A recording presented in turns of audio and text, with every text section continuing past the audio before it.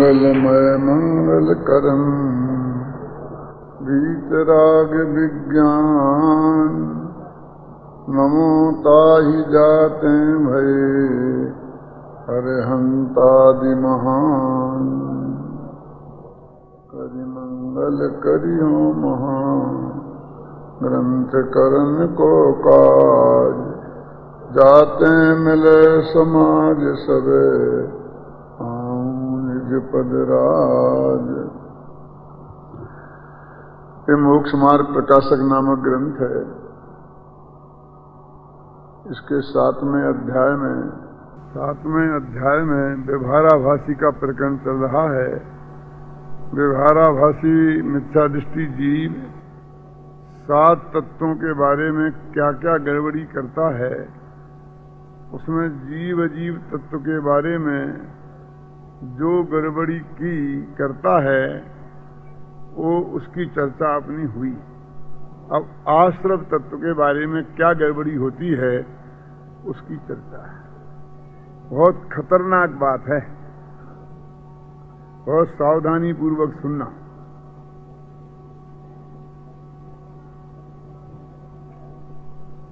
देखो मैं पढ़ता हूं। तथा पेज नंबर 226 दूसरा पैरा, आश्रव तत्व का अन्यथा स्वरूप निष्ठा। तथा आश्रव तत्व में हिंसादि रूप पापाश्रव हैं, उन्हें तो हे जान मानता है, और अहिंसादि रूप पुण्याश्रव हैं, उन्हें उपादेय मानता है। परंतु यह तो दोनों ही कर्म बंध के कारण हैं। इनमें उपादेयपना मानना वही मिथ्या दृष्टि है। देखो, मानना वही मिथ्या दृष्टि है। मिथ्या दृष्टि जो शब्द है ये किसी जीव के लिए नहीं है, ये जीव का विशेषण नहीं है। मिथ्या दृष्टि जीव है ऐसा नहीं है। ये जो विशेषण है ये दृष्टि का है कि यही दृष्टि तो मिथ्या है। मिथ्या दृष्टि है माने क्या क्या क्या दृष्टि मिथ्या है कि जो हिंसादि रूप पापाश्रव है उन्हें तो हे मानता है कि वो तो हे हैं, इसमें कहां गलती है, कि इसमें तो कोई गलती नहीं है। लेकिन जो अहिंसादि रूप पुण्याश्रव हैं उन्हें उपादेय मानता है। ये गलती है आश्रव तत्व की, है ना खतरनाक बात। अहिंसा को उपादेय मानना ये गलती है। बोला साहब,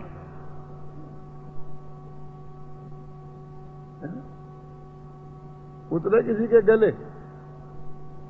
हम तो कहते अहिंसा परमो धर्मा झंडा लेकर घूमते हैं, भगवान महावीर का अहिंसा सिद्धांत।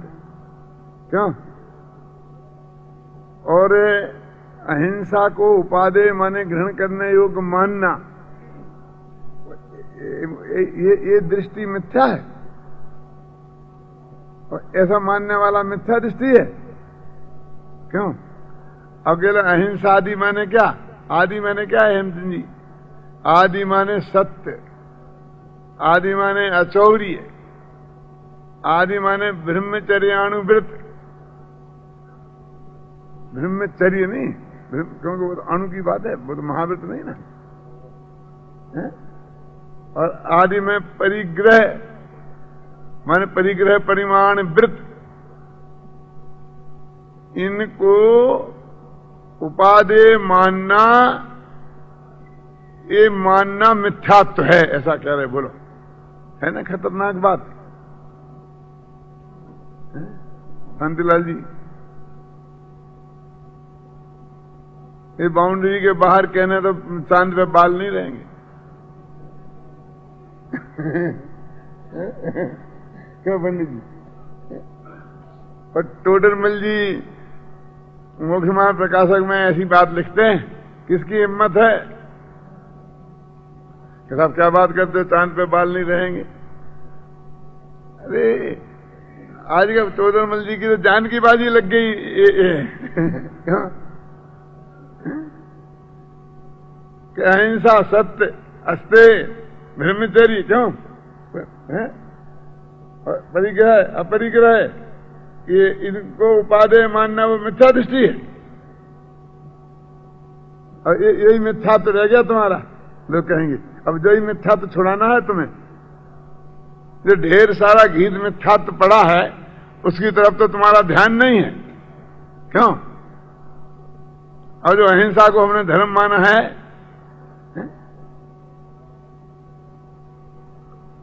और जब और जरा खोल के बात करते हैं, अभी नीचे है कि वही समय सार के बंधाधिकार में कहा है, कि ये बात समय सार के बंधाधिकार में कहा, मोक्ष अधिकार में नहीं। गंदालाल जी साहब, ये बात समय सार के बंधाधिकार में की। आपके पास किताब है? नहीं हो तो गंदालाल जी को किताब दो भाई। हाँ दो, उन्हें दो। देखो उसमें है क्या नहीं है। ये लिखा नरेंद्र, जरा बता पूरी तरह से है, निकाल के। हाँ लिखा है इसमें, ये मैंने अभी अमेरिका में भी चलाया यही प्रकरण है, डलास में चलाया, तुम्हारे डलास में।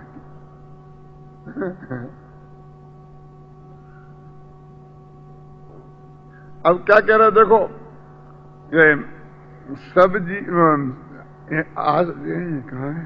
हाँ, सर्व जीवों के जीवन मरण सुख दुख अपने कर्म के निमित्त से होते हैं।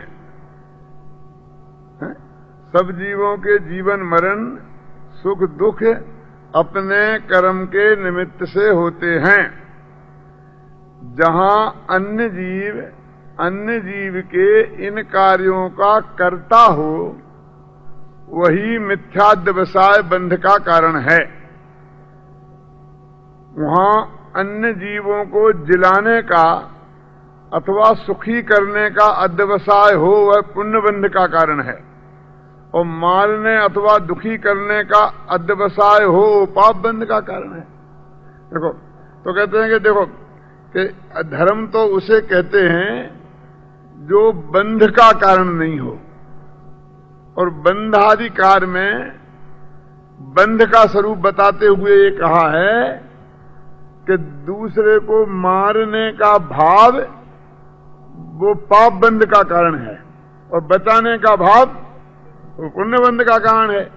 झूठ बोलने का भाव वो पाप बंध का कारण है, और सत्य बोलने का भाव वो पुण्य बंध का कारण है। चोरी करने का भाव वो पाप बंध का कारण है, और चोरी नहीं करने का भाव वो पुण्य बंध का कारण है। और व्यभिचार करने का भाव पाप बंध का कारण है, और उसमें मर्यादित होना वो पुण्य बंध का कारण है। वैसे अधिक परिग्रह जोड़ना वो पाप बंध का कारण है, और परिग्रह को सीमित रखना का भाव वो पुण्य बंध का कारण है। अब वो ये कह रहे कि दोनों ही बंध के कारण हुए ना। कौन सा? मारने का भाव और बचाने का भाव, झूठ बोलने का भाव और सत्य बोलने का भाव। तो दोनों ही एक पुण्य के बंध का कारण, एक पाप बंध का कारण। तो बंध का कारण हुआ ना, तो बंध का कारण धर्म होता है, क्यों? कि मोक्ष का कारण होता है धर्म। एक पॉइंट। अब दूसरा पॉइंट नीचे जो बहुत तर्क दिया है मजबूत, कि मारने में देखो नीचे है, एक पैरा छोड़ दो अभी। फिर हिंसा में मारने की बुद्धि हो, मिला गंगालाल जी, परंतु उसकी आयु पूर्ण हुए बिना मरता नहीं है। यह अपनी द्वेष परिणति से आप ही पाप बांधता है। और अहिंसा में रक्षा करने की बुद्धि हो, परंतु उसकी आयु अवशेष बिना वह जीता नहीं है। यह अपनी प्रशस्त राग परिणति से आप ही पुण्य बांधता है। इस प्रकार दोनों हैं। दोनों ये कैसे हो गए? वो पुण्य बांधता है, वो पाप बांधता है। तो वो कहते हैं कि तेरे करने से तो कुछ नहीं हुआ ना। फिर एक मुद्दा, असली मुद्दे की बात पकड़ना, कि वो जीव मरा, तो कहते प्रत्येक जीव अपने कर्म के उदय के अनुसार आयु कर्म की समाप्ति के कारण मरता है, और आयु कर्म हो तो बचता है। अब दो बातें हैं कि हर कार्य होने में दो कारण होते हैं, एक निमित्त तो एक उपादान। तो उपादान कारण तो उसकी योग्यता है, और निमित्त कारण कर्म का उदय है, आयु कर्म का उदय। तू कौन होता है बीच में? न उपादान न निमित्त। तुम कहते, जो लोग कहते हैं ये लोग निमित्त को नहीं मानते हैं, अभी नहीं मानने की बात है, मानने की बात है। मैं जिंदा हूं तो मेरे पर्यायगत योग्यता ये तो उपादान है, और मेरा एक आयु कर्म का उदय ये निमित्त है। अब मेरे जिंदा रहने में, अब आप कौन होते हैं मेरे को जिंदा रखने वाले? उपादान है कि निमित्त है? बोलो क्यों? और मेरे मरने में कि मेरी पर्यायगत योग्यता उपादान है और मेरे आयु कर्म की उदय की समाप्ति निमित्त है। तुम कौन होते हो? तो वो कहते हैं कि मेरा आयु कर्म बाकी है तो दुनिया का कोई ताकत मुझे मार नहीं सकती, और मेरा आयु कर्म समाप्त हो गया तो दुनिया का कोई वैद्य डॉक्टर मुझे बचा नहीं सकता। ये बात सत्य है ना? हाँ, ये बिल्कुल सत्य है। तो ये सत्य है, तो मैं मारूं, मैं मारता हूं दूसरे को, ये बात झूठी हुई ना फिर? और फिर मैं बचाता हूं, ये बात भी झूठी हुई। लेकिन ज्यादा झूठी कौन बात है?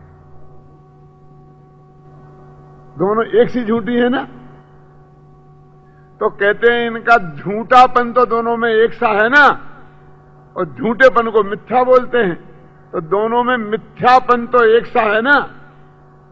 और ऐसी दृष्टि कि मैं मारता हूं दूसरे को और मैं बचाता हूं, तो ये दृष्टि क्या कहलाई? मिथ्या। इसका नाम है ये मिथ्या, सो ही मिथ्या दृष्टि है। वो जीव मिथ्या दृष्टि है ऐसा नहीं कह रहे, उसकी ये दृष्टि मिथ्या है। इस दृष्टि के मिथ्या होने में दोनों ही बातों में समानता है। तो भले ही मारने का भाव से पाप बनता हो और बचाने के भाव से पुण्य बनता हो, लेकिन दूसरे में मैं मारता हूं और मैं दूसरे को बचा सकता हूं, ये दोनों मान्यताएं एक सी मिथ्यात्व रूप महापाप हैं। इसलिए दोनों में एक भी उपादेय नहीं हो सकती। और ये क्या करता है? एक को उपादेय मानता है और एक को ये मानता है। ठीक है, ये आसत तत्व संबंधी भूल है। और समय साल के बंद अधिकार की जो बात इसमें कही ना, वहां तो 10-15 गाथाएं हैं। और मेरी एक किताब है आत्मा ही है शरण, उसमें उन 10-15 गाथाओं का पूरा व्याख्यान मैंने दिया है, और समय सार अनुशीलन में तो है ही, बहुत तर्क युक्तियों के साथ में, विस्तार के साथ में। और वो गाथाएं हैं ना, अपने कुंद शतक में भी वो गाथाएं अपन ने हिंदी पद्यानुवाद करके रखी थी। और जब वो कुंदाचार्य के शताब्दी समारोह चला था ना, तो यशपाल जी ने कंठ पाठ चला करके हजारों लोगों के कंठ में बसा दी थी। और जब हम उदयपुर गए तो उदयपुर में वो 100 की 100 गाथाएं वो बैनर बना के लिखकर वो पूरे बाजार में लगा दी थी। क्यों? पूरे बाजार में 100 गाथाएं। और वो गाथाएं कैसी है ना, निज आयु क्षय से मरण हो, यह बात जिन वर ने कही, तुम्हें मार कैसे सकोगे जब आयु हर निज आयु से जीवित रहें, यह बात जिन वर ने कही, तुम्हें बचा कैसे सकोगे जब आयु दे सकते नहीं। क्यों परजीवों को मारना चाहिए कि बचाना चाहिए? सारा जगत इसी में उलझा है कि मारना चाहिए कि बचाना चाहिए, मारना चाहिए कि बचाना चाहिए। क्या बात करते हो? मारना तो बहुत बुरी बात है, बचाना चाहिए। बहुत लोग 90% लोग इस पक्ष के हैं और 10% लोग ये भी कहते हैं कि ऐसी बात नहीं है कि हर एक को बचाना ही चाहिए, कभी कभी मारना भी पड़ता है, शत्रुओं को मारना चाहिए, हमारे देश पर आक्रमण करने वालों को मारना चाहिए, हमारी माँ बहन बेटी पर खोटी निगाह रखने वालों को मारना चाहिए, क्यों? और अपनी आवश्यकता की पूर्ति के लिए मारना चाहिए, पेट भरने के लिए, ऐसे भी बहुत हैं, क्यों? 10% लोग ऐसे भी हैं, और वे जो 90% है ना, जो कहते हैं कि मारना नहीं चाहिए, बचाना चाहिए, वे कहते ही कहते हैं बचाना चाहिए, जीवन में वे मारना है, क्यों? लेकिन ये कोई विचार नहीं करता है कि हम दूसरे को मार सकते हैं और बचा सकते हैं क्या? प्रसन्न भाई, ये महावीर निर्माण वर्ष में उदयपुर में एक सेमिनार हुआ था, जिसमें ये अनुपाध्याय वगैरह सब आए थे, बड़े बड़े 72 विद्वान आए थे, ये अनुपाध्याय और अग्रचंद नाहटा, अभी तो ये लोगों का स्वर्गवास भी हो गया, वो सब विद्वान आए थे महावीर निर्माण वर्ष में। मैं भी गया था यहां से, तो मैंने अहिंसा पर लेख लिखा था, तो वहां पर बस वो अहिंसा का, फिर मेरा पब्लिक भाषण भी अहिंसा का हुआ था उपकुलपति की अध्यक्षता में। तो एक ही चर्चा का विषय था कि मैंने एक ही मुद्दा उठाया कि दूसरों को मारना चाहिए कि बचाना चाहिए की बात तो सब कहते हैं, लेकिन इस पे कोई विचार ही करने को तैयार नहीं है कि मार सकते हैं कि नहीं। यदि इसके हम निर्णय करें कि मार सकते हैं कि नहीं, और यदि ये निर्णय आया कि हम मार ही नहीं सकते और बचा नहीं सकते, तो फिर मारना चाहिए कि बचाना चाहिए, ये प्रश्न ही अपने आप खत्म हो जाएगा। पहले ये तो नक्की हो ना कि हम किसी को मार बचा सकते हैं, तब बाद में ये प्रश्न खड़ा होगा कि हमें मारना चाहिए कि बचाना चाहिए। इसको तो कोई विचार का मुद्दा ही नहीं समझता है, वो तो पक्की बात ही है कि हम बराबर मार सकते हैं और बचा सकते हैं, सब हमारे हाथ में है।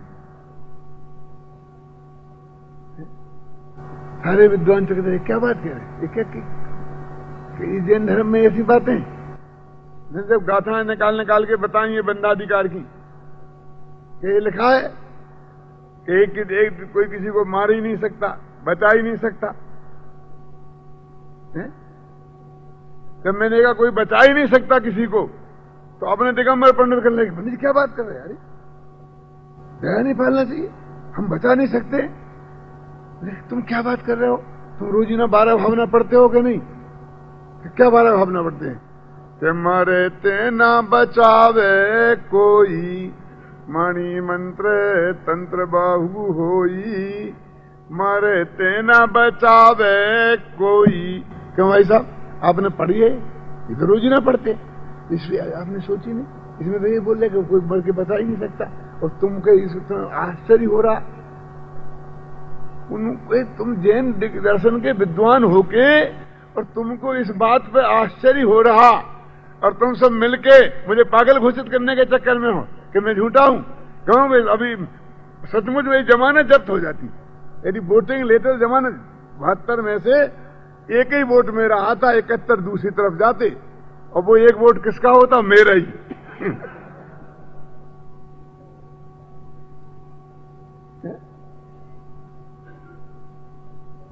आज भी बहुत कुछ ऐसा है। विद्वत परिषद का, इस विद्वत परिषद के, उस विद्वत परिषद के, शास्त्री परिषद के, सारे परिषदों के विद्वान इकट्ठे कर लो। कहां गए विद्वत परिषद वाले हैं? और उनसे देखो जमानत जब्त हो जाएगी, ये बात कहोगे, ये बात पे तुम्हारी जमानत जब्त हो जाएगी कि ये बात सत्य है कि बचा सकता हूं, मार सकता हूं, तो 90% नहीं 99% वोट उस पक्ष में आएंगे। ये तो विद्वानों की परिषद की बात कर रहा हूं मैं।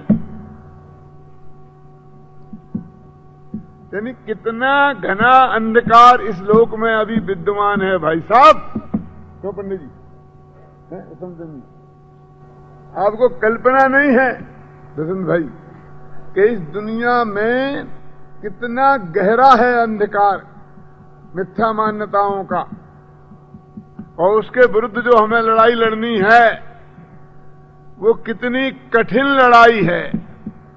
वो लड़ाई इतनी कठिन है कि हम ये बात कहें तो हमारी माँ विरोध करे, बाप विरोध करे, बेटा विरोध करे, बेटी विरोध करे, पत्नी विरोध करे, बहन विरोध करे, रिश्तेदार विरोध करे, दूर की बात नहीं, सारा जगत हमारे विरोध में खड़ा है। क्यों अन्न, क्या नाम?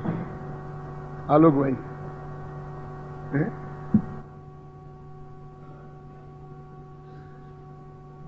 50 वर्ष से डंका बज रहा है पूज्य गुरुदेव श्री की तरफ से। मुख्यमंत्री प्रकाशक की ये पंक्तियां पढ़ाई जा रही हैं, ये प्रकरण को गांव गांव में पढ़ा जा रहा है कि नहीं पढ़ा जा रहा है। और इतनी मेहनत के बाद अब मान लो आपके 400 विद्वान गांव गांव में जा रहे हैं, और ये आप कह रहे इतना इतना धर्म का प्रचार हो रहा है, इतना धर्म का प्रचार हो रहा है।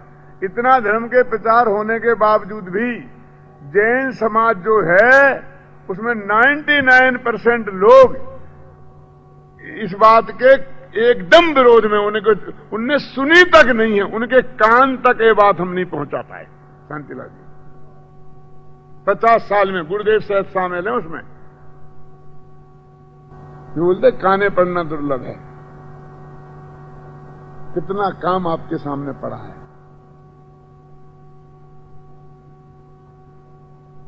पहाड़ पड़ा है, पहाड़ रुई का पहाड़ है, वो पौनी नहीं कती है अभी।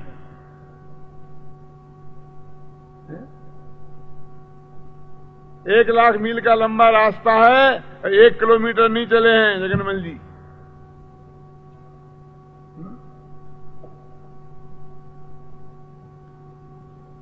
हम देख देख के खुश हैं कि हाँ देखो 2000 आदमी बैठा सुन रहा है, 2000 आदमी सुन रहा है। क्या हो गया? ये 2000 लोगों के तो कान में ये बात पहुंच रही है, हृदय में थोड़ी पहुंच रही है। ये तो यहां वालों की बात है। यहां वालों को कब किसको ये कोई हमने पहली दफे सुनाई है क्या?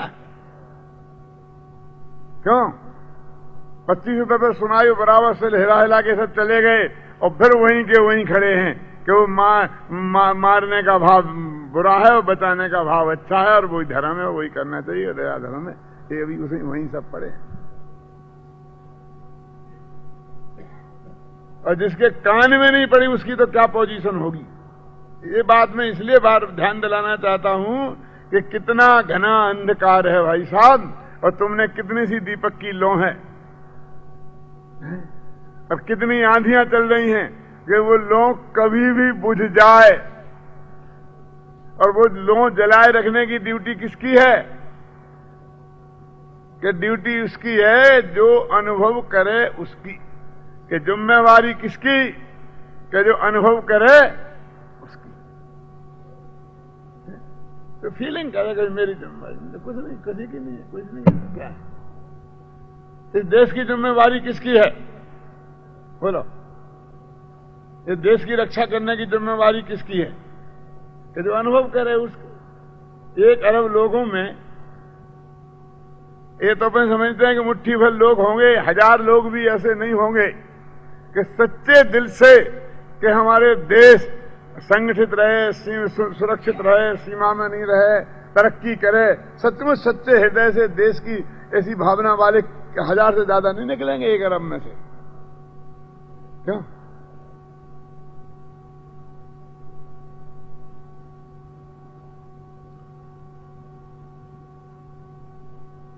यानी वर्क कितना है, काम कितना है, कितने लोगों तक ये संदेश पहुंचाना है, समझे ना? और उसमें कितने अवरोध हैं। इस सभा में मैं ये बात कह रहा हूं, बाहर कहीं ये बात कही जाएगी, और यदि अनाड़ीपन के तरीके से कह दी तो मुश्किल ही हो जाए जान बचाना। तो बहुत तरकीब से, मीठी भाषा में, तर्क से, युक्तियों से, विद प्रमाण, इस तरह से कि जिसमें हृदय के किसी को चोट नहीं पहुंचे, और एक दफे उसको हृदय झकझोर देवे कि यदि ये बात मैं तो अभी इस बात का सोचा ही नहीं था, और शास्त्र के प्रमाण दिखाई दें कि ये साफ तो लिखा है, सच्ची ये बात तो सच्ची है, इसके अंदर में ये फीलिंग करा देना बहुत आसान काम नहीं है। ये बात मैं इसलिए कह रहा हूं कि हम उसकी अपने काम की गंभीरता को, काम की दुष्करता को, काम की आवश्यकता को, और कितना काम है और हमारे काम को करने वाले कितने लोग हैं, उनको किस व्यवस्थित तरीके से शक्ति का उपयोग करके और इस काम को आगे बढ़ा सकते हैं, इस बात पर बहुत गहराई और गंभीरता से विचार करने की जरूरत है। किसको जरूरत है, किसकी जिम्मेवारी है? जो अनुभव करे उसकी जिम्मेवारी है। किसका काम है ये संजीव? जो करे उसका काम है। क्यों?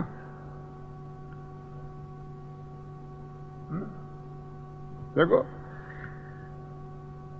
क्या लिखा है, इस प्रकार, जो ऊपर का पढ़ रहा हूं, ऊपर का पैराब, इस प्रकार अहिंसावत सत्याधिक तो पुण्यबंध के कारण है और हिंसावत असत्याधिक पापबंध के कारण है। वे सर्व मिथ्याध्य बसाए हैं और ये सब झूठी मान्यता है, ये त्याज्य हैं। अब ये है महत्व की लाइन। इसलिए हिंसादिवत अहिंसादिक को भी बंध का कारण जानकर हे ही मानना। कथनचित मथनचित नहीं लगाया, अपेक्षा लगा दो ऐसा नहीं है। लिखा है क्या नहीं लिखा? ये मोक्ष मार्ग प्रकाशक में लिखा है। अब मोक्ष मार्ग प्रकाशक झूठा है तो हम क्या करें?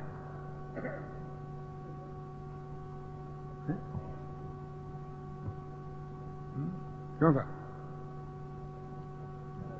काय को देखो, अहिंसा क्या अहिंसादिक को हिंसादिवत, हिंसादिवत माने क्या होता है? हिंसा के समान, झूठ के समान, चोरी के समान, व्यभिचार के समान, परिग्रह के समान। अहिंसादि माने अहिंसा को, सत्य को, अचौरी को, ब्रह्मचर्य को और अपरिग्रह को उन्हीं के समान है मानना, है ना? उसी के समान। ऐसा नहीं कि उसे ज्यादा है मानना, इसे कम है मानना, उसे पहले है मानना, इसे बाद में है मानना। क्यों? उसी के समान मानना और हे ही मानना, कि कथनचित है मानना और कथनचित उपादेय मानना, एक कोई गुंजाइश उसमें नहीं छोड़ी।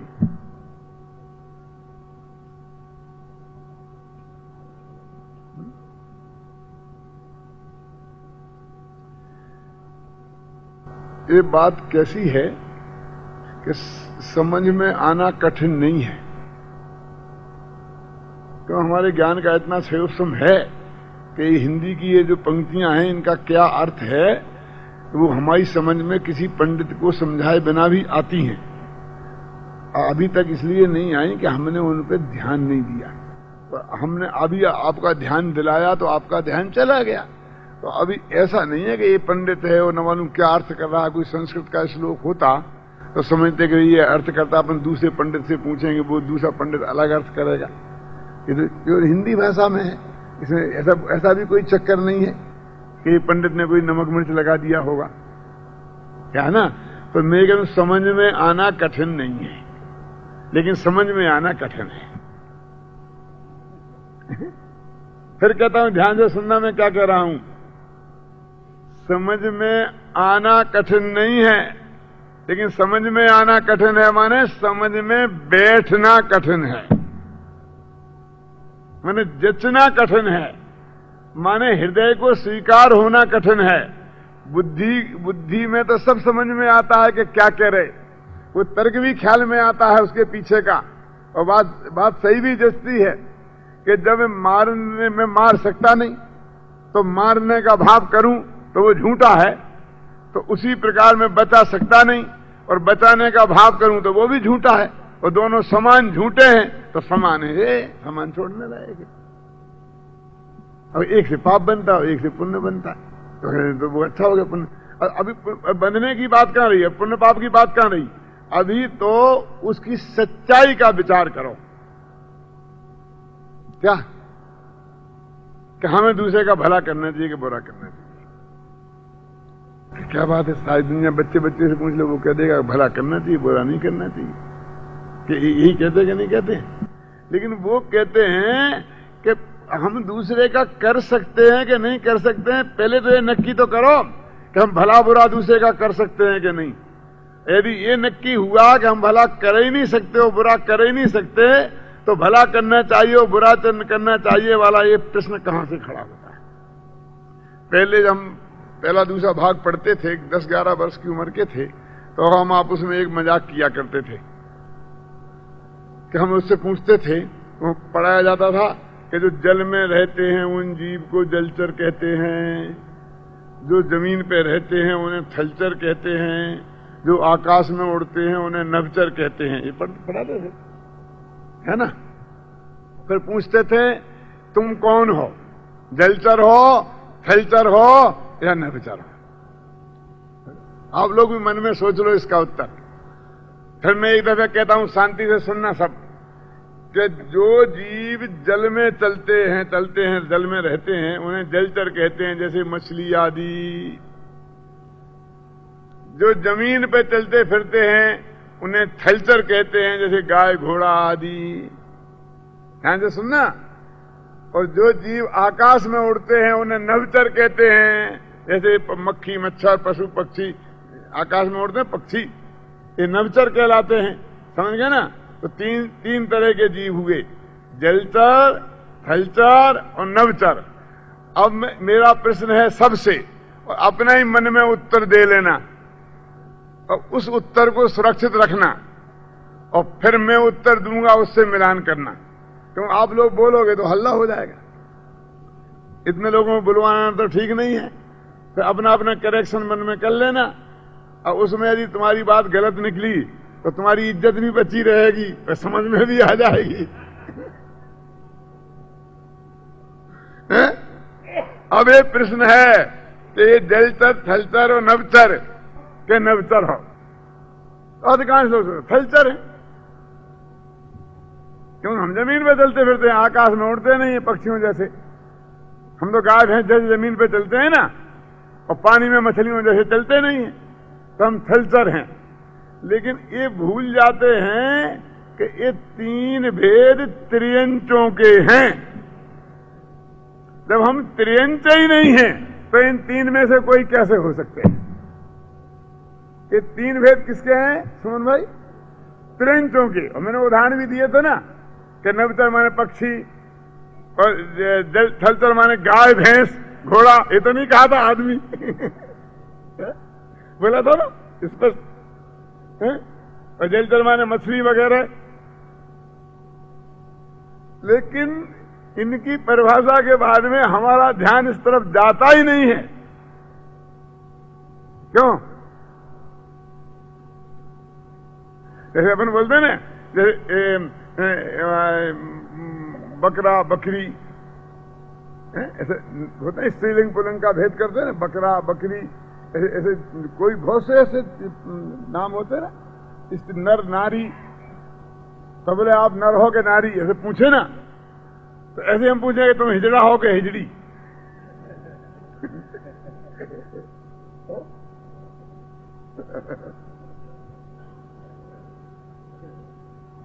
तो समझता कि हिजड़ी तो स्त्रीलिंग होता होगा और हिजड़ा पुल्लिंग होता होगा।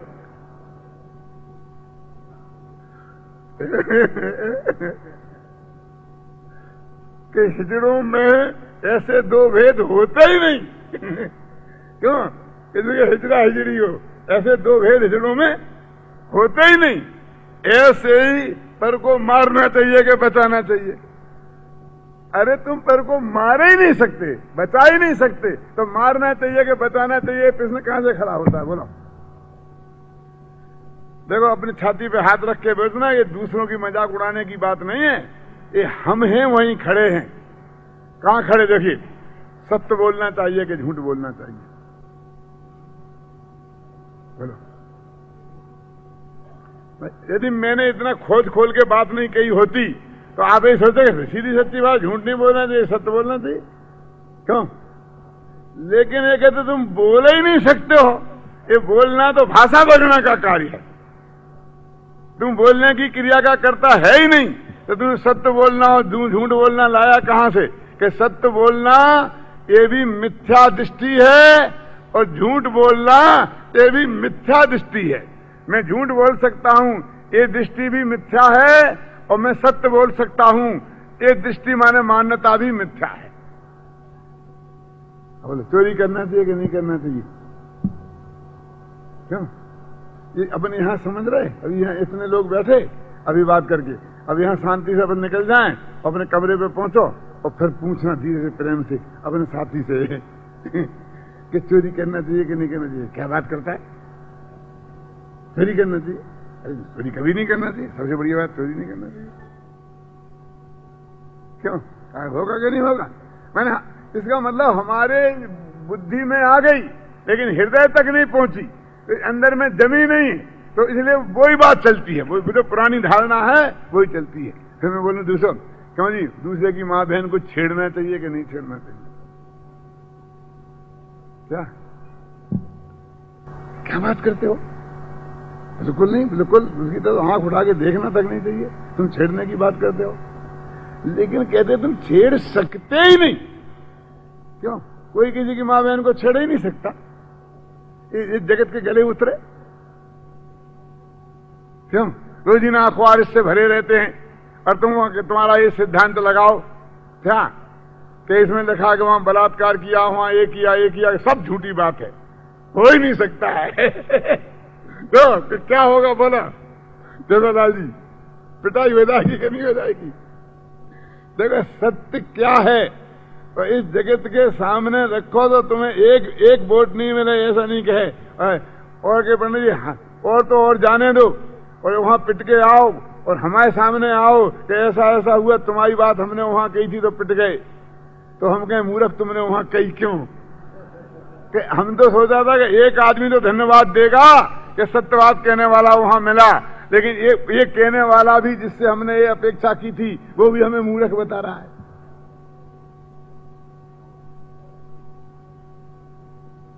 क्यों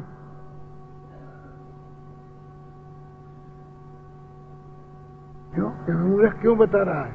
अरे तेरे पास ये जोहरी है, ये रत्न है, रत्न ये चौराहे पर खड़े होके नहीं खोले जाते हैं।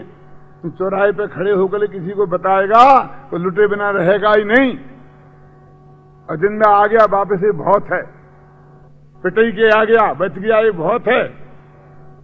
ये जवाहरात तेरे करोड़ों के हाथ में हैं और बीच चौराहे पर ऐसे सब्जी जैसा लेके बैठ जाएगा हैं, तो वे चोरी चलेगा इसके लिए क्यों रोता है? तू अभी तक जिंदा है, इसकी खुशी मना। ये तो जोहरी की दुकान की बात है, ये वो चौराहे पे खड़े होने की बात नहीं है। क्यों?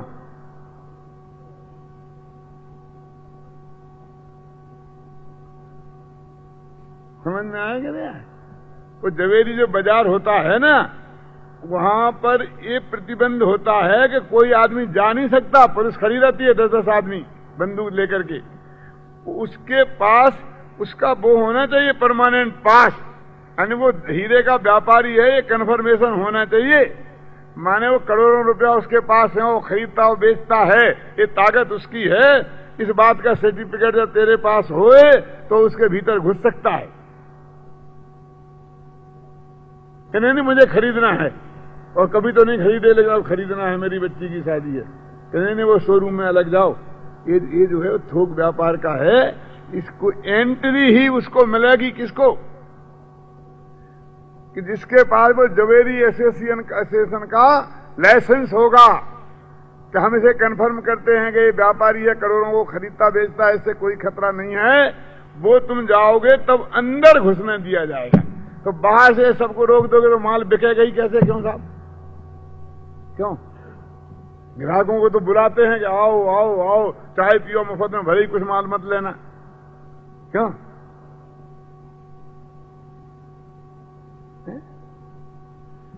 ये कहते खाने पीने की दुकानें पे होता है, ये जवेरियों की दुकानों पे नहीं होता है कि चाय जिसको आओ। अमेरिका में तो ऐसा है, वो ऑफिस होता है ना उनका, तो 2 गेट होते हैं।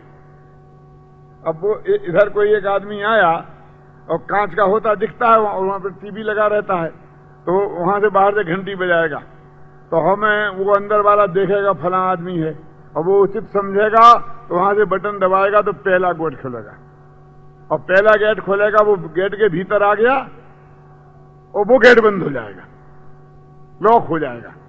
वो खोल के जा नहीं सकता बाहर से। जब वो गेट लॉक हो जाएगा तब दूसरा गेट खुलेगा।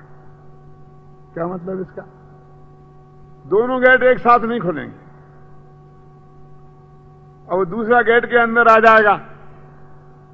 अब वो मान लो कि उसने वहां माल लूट लिया और भागना चाहता है, तो दो दो गेट लगे। अब वो एक गेट खोला उसने, उसे दबा के बंदूक की नोकी दिखा के, और उसके अंदर आया तो दूसरा गेट नहीं खोलेगा। जब वो बंद हो जाएगा और जब वो अंदर वाला वो गेट बंद हो जाएगा, जब अंदर वाला बटन दबाएगा तब वो आगे वाला गेट खुलेगा। हैं? और जरा भी गड़बड़ी करी तो वहां नीचे से पुलिस को घंटी बज जाएगी, हॉर्न बज जाएगा, वो पकड़ लिया जाएगा। तो इतने प्रतिबंध के साथ में वहां जा सकते हैं। तो इतना प्रतिबंध आना का है तो माल कैसे बिकता होगा? कि तूने सारी जिंदगी में जितने का माल नहीं बेचता है ना, उतना माल वहां रोजाना एक ग्राहक को बिकता है। ये तू नॉन गुड़ बेचते बेचते सारी जिंदगी कितनी बिक्री हुई ना, लगा लेना मनुष्य की, तो उतने की बिक्री रोजाना होती है इतने कम ग्राहकी में।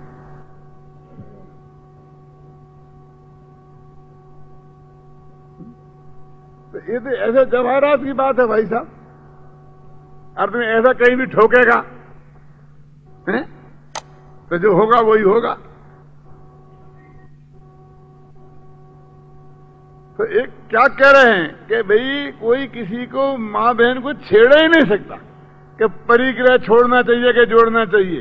वो कहते परिग्रह तू जोड़ ही नहीं सकता, तेरे में वो परिग्रह में तो वज्र की दीवार पड़ी है। ये अध्यात्म है। बोलो, ये टोडामल जी ने मोक्ष महाप्रकाशक में लिखी है। ये समझ लो कि ये कौन सा शास्त्र है, ये कितना महान शास्त्र है और कितना आध्यात्मिक शास्त्र है। इसकी कल्पना करो आप। इन पंक्तियों पे आपने विचार नहीं किया, विचार किया होता तो आपको पता लगता कि क्या चीज है। कभी कभी बहुत निराशा सी होती है कि जैसे अब हमारे बुंदेलखंड में कहावत है, कच्छ कंजन में गोली खो रहे हो तुम। नहीं आई समझ में? कोई बुंदेलखंडी यहां है ही नहीं कि भूल गए सब। क्या जी आपकी समझ में तो आ गई हुई है, छिकंजन में गोली खो रहे।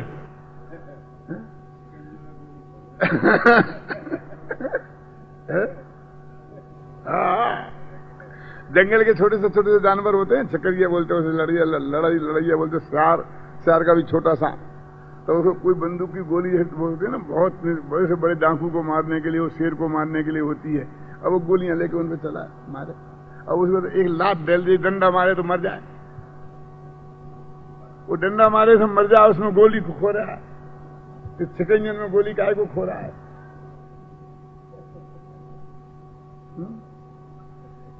कि किसके सामने तुम क्या रत्न परोस रहे हो? क्या क्या बात है, कितनी बड़ी बात है, हैं कि समझ में नहीं आई। इन्हीं क्या समझ में नहीं आने की क्या बात है? ये कह रहे कि एक देव का भला बुरा नहीं कर सकता, ये तो हम रोज ही नहीं पढ़ते हैं। तो फिर ये बात समझ में फिर क्या रहेगी बाकी? जब एक दूसरे का भला बुरा कुछ नहीं कर सकता, एक दिल दूसरे दिल में वज्र की दीवार है, तो चोरी कोई कैसे कर सकता? तो व्यभिचार कैसे कर सकता? तो परिग्रह कैसे जोड़ सकता? वो परद्रव्य है ना, तो उसमें तो कुछ कर ही नहीं सकता। कि वो तो हमने मान ली थी आपकी, एक दिल दूसरे दिल का नहीं करता, लेकिन ये नहीं मानेंगे। तो ये नहीं मानेगा तो वो क्या मानी? उसका यही अर्थ है ना, जब हमने ये कहा कि दो द्रव्यों के बीच में वज्र की दीवार है और एक द्रव्य दूसरे द्रव्य का कुछ कर ही नहीं सकता है। आज तक जितने जीव मरे हैं वो सब अपनी पर्यायगत योग्यता के कारण मरे हैं, और उसमें निमित्त उसके आयु कर्म का क्षय था। क्यों? ये बिल्कुल वज्र की दीवार है ना। अब इसका अर्थ नहीं था कोई किसी को मार नहीं सकता, बचा नहीं सकता है। तो किसी को मारना चाहिए और बताना चाहिए, इस उपदेश कितनी निरर्थकता है। इस उपदेश का क्या मतलब है फिर बोलिए? कि वो जो फंडामेंटल है वो फंडामेंटल हमारे ख्याल में ही नहीं आता। देखो इसमें लिखा है कि हिंसा में मारने की बुद्धि हो और परंतु उसकी आयु पूर्ण हुए बिना वो मरता नहीं है। यह अपनी द्वेष परिणति से ही पाप बांधता है। क्या क्या कहते हैं, देखो इसमें एक रहस्य और है जनरल जी। तो ये रहस्य है कि उसे पाप क्यों बना। जब हमारे मारने से वो मरा नहीं, तुम कह रहे हो कि हिंसा में मारने की बुद्धि हुई और हमारे मारने से तो वो मरा नहीं, इसलिए वो बात झूठी है। तो हम ये कहते हैं कि वो बात यदि झूठी है, माने हमारे मारने से नहीं मरा, वो अपने आप मरा है, तो हमें पाप बंद क्यों हुआ। पाप बंद नहीं होना चाहिए।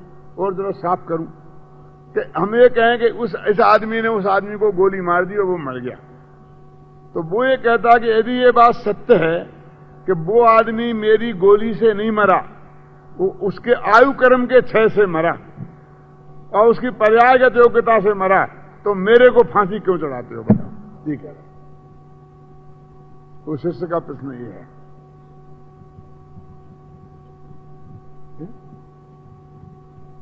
यही लिख रहे हैं ना, इसने उसको मारा, इस अपराध में इसे फांसी पर चढ़ाया जाए। तो ये कहते कोई किसी को मार ही नहीं सकता है और वो सामने मरा है ना, और वो तो फिर मेरे को फांसी पे काएगी, सजा काएगी मुझे, ये बताओ। ये तो पाप बंद क्यों हो मुझे। और शास्त्र में लिखा है पाप बंद तो होता है। देखो एक और जरा सरल उदाहरण दो कि किसी आदमी की हत्या के अपराध में किसी को फांसी की सजा हो गई और ये कहा कि अब इसको कल फांसी पे चढ़ा देना, आज तो नहीं, और रात में वो आदमी मजिस्ट्रेट के सामने हाजिर हो जाए, किसे कि जिसके हत्या के आरोप में इसे फांसी का ऑर्डर दिया गया था और सुबह फांसी पर चढ़ाना है, तो अब क्या होगा। सुबह 5 बजे फांसी पर चढ़ा दिया जाएगा। फांसी हमेशा सुबह 5 बजे होती, दिन उगने के पहले ही हो जाती है। अब वो जाके रात को 10 बजे मजिस्ट्रेट के घर पहुंचा कि साहब मुझे बताओ मुझे वो मार डालेंगे। कि तू तो मर गया और तेरे हत्या के आरोप में तो उसे फांसी लगने वाली है। कि अब मैं सुबह 10 बजे जाऊंगा अदालत में और फिर केस को खोलूंगा, लेकिन सुबह 5 बजे उसे फांसी लग जाएगी ना, फिर क्या खोलेगा तुम केस।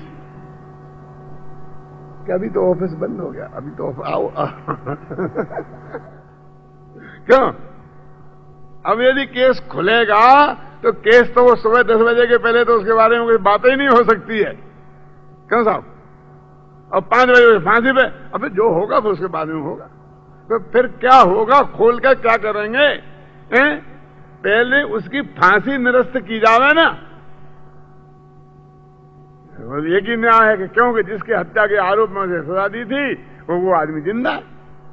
अब मान लो कि वो मर गया है, जिंदा नहीं है, लेकिन ये आ जाए कोई कि मैंने मारा है उसे, तो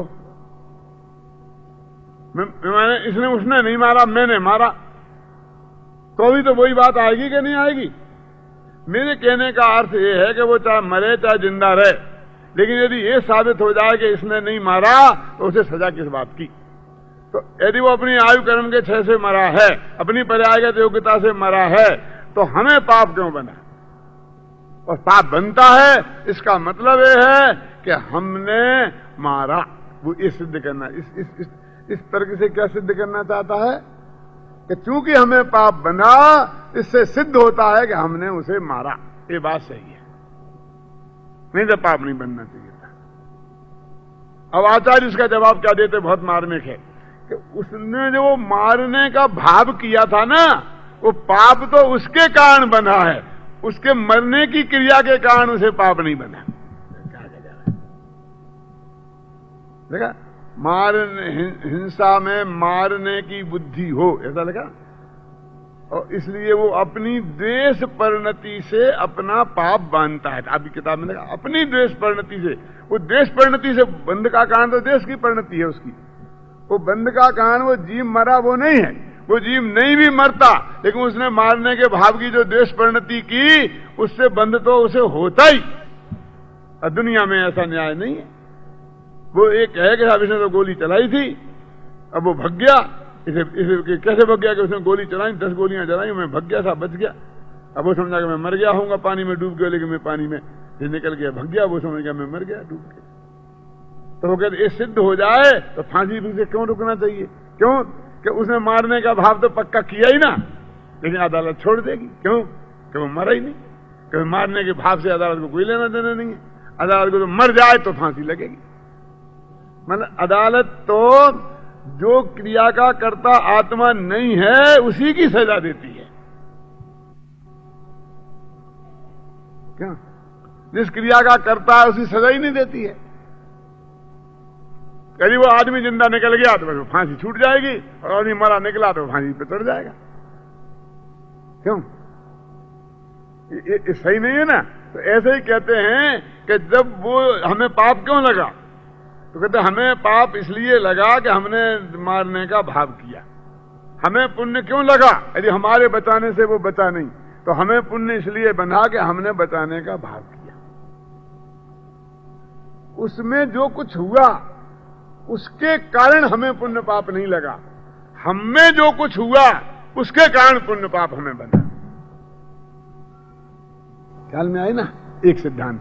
अब इसमें से फिर एक चक्कर खड़ा होता है कि हमारे पुण्य पाप भाव के कारण हमको, तो दूसरों को मारने का हम भाव करें तो पाप बनता है, दूसरों को बचाने का भाव करें तो पुण्य बनता है।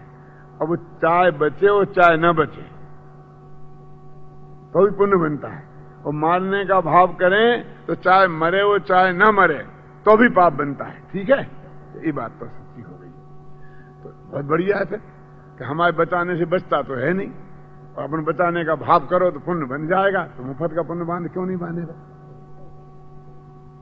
ये हिंदुस्तान तो वो देश है कि जब मुफ्त में तो जहर भी खाने को मिले तो हम तैयार हैं, और फिर भी मुफ्त में पुण्य मिल रहा तो फिर उसे क्यों छोड़े?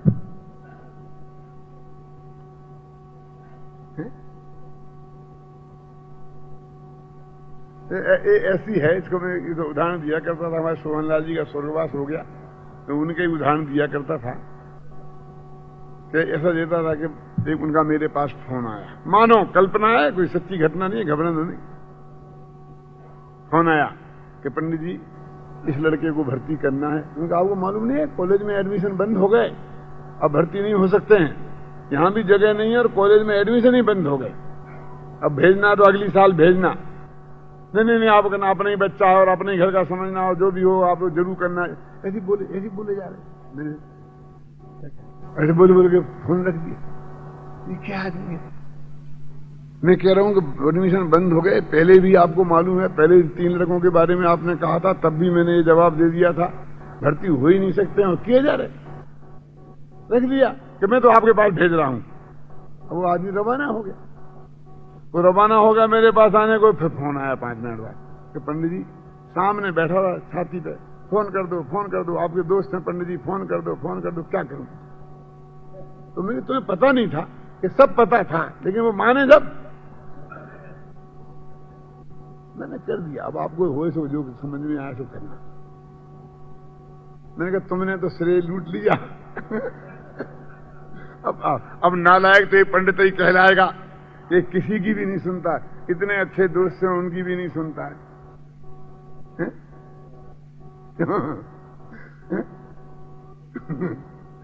उन्हें पक्का पता है कि काम होने ही वाला नहीं है।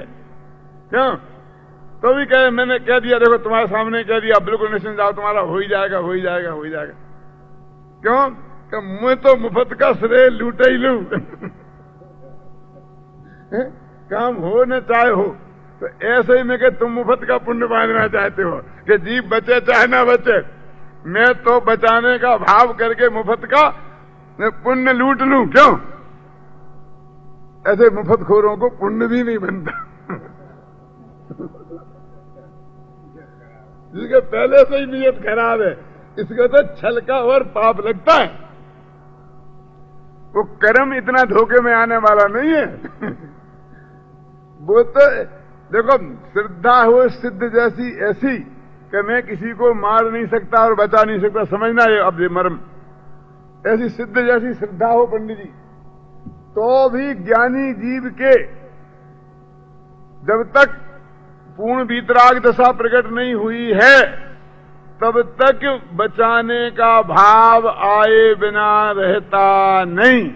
अकेले बचाने का नहीं, कदाचित मारने का भाव भी आए बिना रहता है। और सहज ही उनसे पुण्य पाप भी बंधे बिना रहता नहीं। तो श्रद्धा उस वक्त भी ऐसी बनी रहती है कि मैं ना मार सकता हूं ना मैं बचा सकता हूं। ऐसी विचित्र स्थिति है। अब जो गुरुदेव श्री के से प्रश्न करते थे ना लोग कि राग तो करना चाहिए ना, भगवान की भक्ति तो का राग तो करना चाहिए ना, वो तो ठीक है ना, तो नहीं, भगवान की भक्ति का राग ज्ञानी जीव को आए बिना रहता नहीं है। तीर्थ यात्रा करने का भाव आए बिना रहता नहीं है। दान का भाव आए बिना रहता नहीं है। तो देना चाहिए ना कि नहीं, दान का भाव दिए का भाव आए बिना रहता नहीं है। कि तुम इतनी कह दो कि हाँ देना चाहिए, तुम्हारे बाप का क्या बिगड़ता है? कि हमारे बाप का तो कुछ नहीं बिगड़ता, तुम्हारे बाप का बिगड़ता है। क्यों? कि तुम अपने उस कर्तृत्व के भाव का पोषण कर लेते हो। तुम जिस कारण से हमसे कहलवाना चाहते हो कि करना चाहिए, देना चाहिए, उसी कारण से हम ये कहना नहीं चाहते हैं। यदि तुम्हें ये स्वीकृत हो गया हो क्या कि एक देव दूसरे देव का करता नहीं है, मैं दान दे नहीं सकता हूं, मैं दूसरे का भला कर नहीं सकता हूं, ये बात तुम्हें 100% स्वीकृत हो गई हो तो व्यवहार से हमें ऐसा कहने में कोई तकलीफ नहीं कि हर गृहस्थ को दान देना चाहिए। फिर हमें फिर अब कोई तकलीफ नहीं। पहले तुम वो नक्की करो क्या? यदि वो नक्की नहीं है तो हम नहीं कहेंगे। जब तक तुम्हें कहलवाना है तब तक हम नहीं कहेंगे। और तुम्हें जिस दिन कहलवाने का भाव नहीं, ऐसा कभी नहीं कहना, इससे इस बात का पोषण हो जाएगा काय का कि पढ़ के कर्तृत्व का। गुरुजी मर जाओ लेकिन ऐसा नहीं कहना। अब हम कह देंगे कोई बात नहीं, ऐसा करना चाहिए, अब कह देंगे। माने वो सच्ची समझ पूर्वक व्यवहार से ऐसे वचन निकले तो कोई दिक्कत नहीं है। ख्याल में आया ना? ऐसी श्रद्धा पूर्वक है कि भगवान की पूजा करना चाहिए, भक्ति करना चाहिए, ऐसे भी निकले तो कोई दिक्कत नहीं है। ये तो उपदेश की भाषा है, समझ में आया ना आपकी में ना? लेकिन अंदर में श्रद्धान ऐसा होना चाहिए कि ये राग भाव है और बंध का कारण है और विकल्प के अनुसार कार्य नहीं होता। ये जो हमारे राग का विकल्प हमको ऐसा खड़ा हुआ है, भगवान की पूजा भक्ति करने का जो विकल्प खड़ा हुआ है, ख्याल में ऐसे नहीं, ऐसी तुम बोलो कि तुम ही निमित्त कारण इलाज, हे भगवान मेरे कल्याण करने के तुम निमित्त कारण हो। ये तो बहुत ही साफ है, निमित्त कारण हो, उपादान कारण नहीं हो। और कदाचित यही कहो तुम्हारी कृपा से ही हुआ है, तुम ही मेरा कल्याण करोगे, लेकिन अंदर में ये जानते हो कि तुम कल्याण करने वाले नहीं हो, कल्याण तो मेरा ही होगा, तुम तो कृतकृत हो, तुम सिद्ध दशा में विराजमान हो। ऐसी पक्की वज्र जैसी सिद्धा हो और फिर ये भी कहो कि तुम ही ने किया तो चलेगा। क्यों? ये मकान आपके ही है, ये आपके बाल बच्चे हैं, ये आपका बच्चा है, ये आपकी बच्ची है। ये अंदर में दोनों की पक्की श्रद्धा हो कि ये मेरा नहीं इनका है, ये भी जानता हो और वो भी जानता हो मकान और बाल बच्चों के बारे में, फिर ऐसा भी कहो तो चलेगा। क्यों? अंदर में भेद विज्ञान पक्का है कि मेरा लड़का नहीं है, भाई का लड़का है, फिर भी कहो जी अपना बच्चा है, चलेगा, कोई दिक्कत नहीं। क्यों? लेकिन पहले वो अंदर का पक्का होना चाहिए, उसके उस पूर्वक ये चलेगा। यदि वो तुम्हें ये अपना बच्चा कहा और सचमुच अपना बच्चा ही मान रहा है तो नहीं चलेगा। समझे ना? सत्य श्रद्धान पूर्वक व्यवहार के वचन में ऐसी बात हो कि इसने ये किया, उसने ये किया, उसने ये किया। ये व्यवहार के वचन तो ऐसे ही हैं। गांधी जयंती आए तो गांधी जी ने देश को आजाद कराया, अपनी कुर्बानी दी। नेहरू जयंती आया तो नेहरू जी ने देश को आजाद कराया। वल्लभ पटेल की जयंती, वल्लभ पटेल की प्रतिमा से ही देश आजाद हुआ है। सुभाष बोस की आते, सुभाष बोस ने देश को एक किया। ये देश कितने हैं? ये देश तो एक ही है। और एक गांधी जी ने आजाद किया था कि सुभाष पटेल ने किया था, उसने किया था। अब जितनी और जयंती होना उसने भी किया था, हम भगत सिंह ने भी किया था। क्यों? और महारानी लक्ष्मीबाई ने भी किया था, क्योंकि उसने विद्रोह का झंडा तो तभी शुरू हुआ था 57 में, लेकिन ये तो 90 वर्ष बाद देश आजाद हुआ। सन 57 में शुरू किया था उसने, क्यों? और 47 में 90 बरस बाद आजाद हुआ, और वो तो साल 2 साल में ही मर गई। नहीं, शुरू कर दिया था ना, चलेगा, उसने भी किया।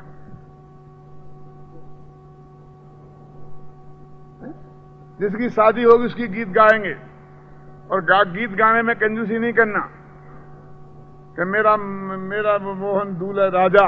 दूल्हा सेठ कभी नहीं होता, दूल्हा नौकर कभी नहीं होता, दूल्हा चपरासी कभी नहीं होता है। चपरासी भी दूल्हा राजा ही होता है,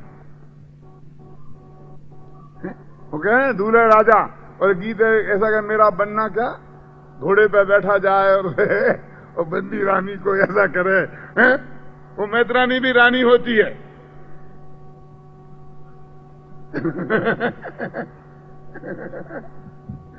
होती कि नहीं होती है?